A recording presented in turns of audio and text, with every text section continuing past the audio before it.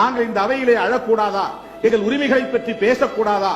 ஏறத்தாழ 2 லட்சம் தமிழர்களை இழந்திருக்கிறோம். 15 லட்சம் தமிழர்கள் உலக நாடுகளில் அனாதைகளாய் அகதிகளாய் திரிந்து கொண்டிருக்கிறார்கள். நாங்கள் வாழ்ந்த பூர்வீக மண், எங்கள் தாயகம் சிங்களவர்களால் இன்றைக்கு அபகரிக்கப்பட்டிருக்கிறது. 1 லட்சம் தாய்மார்கள் இன்றைக்கு விதவைகளாக இருக்கிறார்கள். 50,000 பேர் ஊனமுற்றவர்களாக அங்கே வாழ்ந்து கொண்டிருக்கிறார்கள். ஏறத்தாழ 1 லட்சம் மாணவர்கள் பள்ளிக்கும் கல்லூரிக்கும் செல்ல முடியாத நிலையிலே அவலப்பட்டுக் கொண்டிருக்கிறார்கள். இப்படிப்பட்ட நிலையிலே ஈழத் தமிழர்களை காப்பாற்ற இந்திய அரசு என்ன செய்ய போகிறது? எங்கள் மீது பச்சாதாபம் கொண்டு பரிதாபம் கொண்டு 500 கோடி ரூபாய் நாங்கள் ஒதுக்கி இருக்கிறோம் என்று சொல்வதனால் எங்கள் கண்ணீரை துடைத்துவிட முடியாது. நாங்கள் சிந்தியிருக்கிற ரத்தத்தை துடைத்துவிட முடியாது. ஆகவே இந்திய பேரரசு இதில் தீவிரமாக அக்கறை செலுத்தி ஈழத் தமிழர்களுக்கு அங்கே தனி நாடு ஒன்றை மீட்டு தர வேண்டும். தமிழீழம் ஒன்றுதான் தீர்வு.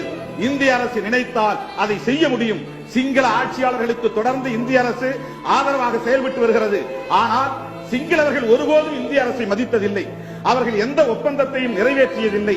சீனர்களோடும் பாகிஸ்தானியர்களோடும் இன்னும் அண்டை நாடுகள் நமக்கு எதிரான நாடுகளோடும் அவர்கள் நெருங்கிய உறவை வைத்துக் கொண்டிருக்கிறார்கள். ஆனால் எம் தமிழ் மக்கள் இந்தியாவை தம்முடைய தாயகமாக கருதுகிறார்கள். 1927 காந்தியடிகள் யாழ்ப்பாணத்திற்கு சென்ற போது அங்கே பூங்கொத்து கொடுத்து வரவேற்று அவரை பெருமைப்படுத்தியவர்கள் எம் தமிழ் மக்கள். அங்கே இளைஞர் காங்கிரஸ் இயக்கத்தை உருவாக்கியவர்கள் எம் தமிழ் மக்கள். காந்தியடிகளை தம்முடைய தந்தையாகவே ஏற்றுக்கொண்டார்கள். இந்தியாவுக்கும் பாகிஸ்தானுக்கும் கூட இந்தியா வெற்றி பெற வேண்டும் என்று விரும்புகிறவர்கள் தான் எம் தமிழ் மக்கள். இந்தியா வெற்றி பெற்றால் பட்டாசு கொடுத்து மகிழ்ச்சி அடையக்கூடியவர்கள் தான் தமிழ் மக்கள். ஆக இந்தியாவை தம்முடைய தாயகமாக கருதி நம்பி கிடந்த மக்களை இந்திய அரசு கைவிட்டு விட்டதே என்ற வேதனையை இங்கே நாங்கள் வெளிப்படுத்த விரும்புகிறோம். இன்றைக்கு ஈழத்திலே மட்டுமல்ல, மலையகத்திலே வாழக்கூடிய மக்கள் அவர்கள் இன்றைக்கு கொத்தடிமைகளாக இங்கே வாழ்ந்து கொண்டிருக்கிறார்கள். நம்முடைய சாஸ்திரி அவர்கள் பிரதமராக இருந்த போது பண்டாரநாயக்க அவர்களோடு 1964 போட்ட ஒப்பந்தத்தை இலங்கை அரசு மதித்ததா? அவர்களுக்கு உரிய குடியுரிமையை வழங்கினார்களா? வாக்குரிமையை வழங்கினார்களா? இன்னும் அங்கே அவர்கள் அனாதைகளாக கொத்தடிமைகளாக வாழக்கூடிய நிலை இருக்கிறது.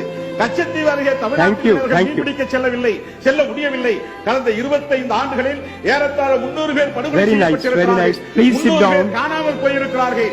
அப்படி தமிழ்நாட்டு மீனவர்கள் படுகொலை செய்யப்படுகிற நிலையிலும் கூட இந்திய அரசு ஒரு முறை கூட கண்டித்ததில்லை. சிங்கள அரசுக்கு இந்திய அரசு பயப்படுகிறதா அல்லது தமிழர்கள் பிரச்சனையை ஒரு பொருட்டாக மதிக்காமல் எங்களை அவமதிக்கிறதா என்கிற கேள்வியை இந்த அவையிலே நான் எழுப்ப விரும்புகிறேன். இந்திய அரசை நாங்கள் நம்பியிருக்கிற காரணத்தினால் இந்திய எல்லைக்குள்ளே தமிழ்நாடு இருக்கிறது என்கிற அந்த உணர்வின் அடிப்படையில் இந்தியாவில் வாழக்கூடிய தமிழ் தேசிய இனங்களிலேயே மிகப்பெரிய தேசிய இனம் தமிழ் தேசிய இனம். இந்தியாவில் மிகப்பெரிய மாநிலம், 7.5 கோடி மக்களை கொண்ட மிகப்பெரிய தேசிய இனம், உலகம் முழுவதும் 10 கோடி மக்களை கொண்ட மிகப்பெரிய தேசிய இனம். அப்படிப்பட்ட தேசிய இனத்தின் சார்பிலே நாங்கள் இந்திய அரசை கேட்டுக் கொள்கிறோம். உடனடியாக ஈழத்தமிழர்கள் பிரச்சனையிலே அக்கறை செலுத்த வேண்டும். ஐநா பேரவையை நிகழ்ந்திருக்கிறது என்பதை வெளிப்படுத்தி இருக்கிறது. அமெரிக்கா சொல்லுகிறது, இங்கிலாந்து சொல்லுகிறது, கனடா சொல்லுகிறது. ஆனால் இந்திய அரசு ஏன் இன்னும் வாய்மூடி இருக்கிறது? மனிதாபிமானத்தின் அடிப்படையிலே இந்தியா அதை அணுக வேண்டும். 1.5 லட்சம் தமிழர்களை முள்ளிவாய்க்கால் யுத்தத்தின் போது பட்ட பகலில் வெட்ட வெளிச்சத்தில் உலகமே வேடிக்கை பார்த்துக் கொண்டிருப்பதை இந்திய அரசும் வேடிக்கை பார்த்து அந்த இனப்படுகொலையை. எனவே இனப்படுகொலை குற்றவாளிகள் ராஜபக்சே கும்பலை சர்வதேச நீதிமன்றத்தின் முன்னால் கொண்டு போய் நிறுத்த வேண்டும். அவர்களுக்கு உரிய தண்டனையை வாங்கி தர வேண்டும். இந்திய பேரரசு ஒரு மாபெரும் வல்லரசு. இந்திய பேரரசு 1 கோடி மக்கள் தொகை கொண்ட ஒரு சாதாரண சுண்டைக்காய் நாடு. இது இலங்கையை போல 120 மடங்கு மக்கள் தொகையில் பெரிய நாடு இந்திய அரசு. ஏன் இந்திய அரசு அச்சப்படுகிறது? எதற்காக அச்சப்படுகிறது? இந்திய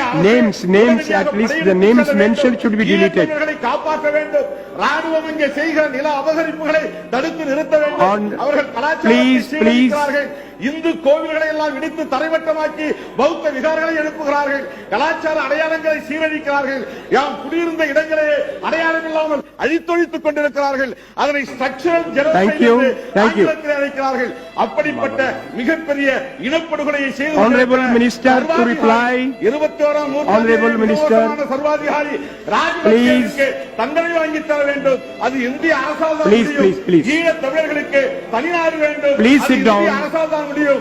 ராஜீவ்காந்தி அவர்கள் இருந்தபோது அங்கே அந்த மக்களுக்கு உணவு Rahman sir, இங்கிருந்து விமானத்தை please see that he sits down.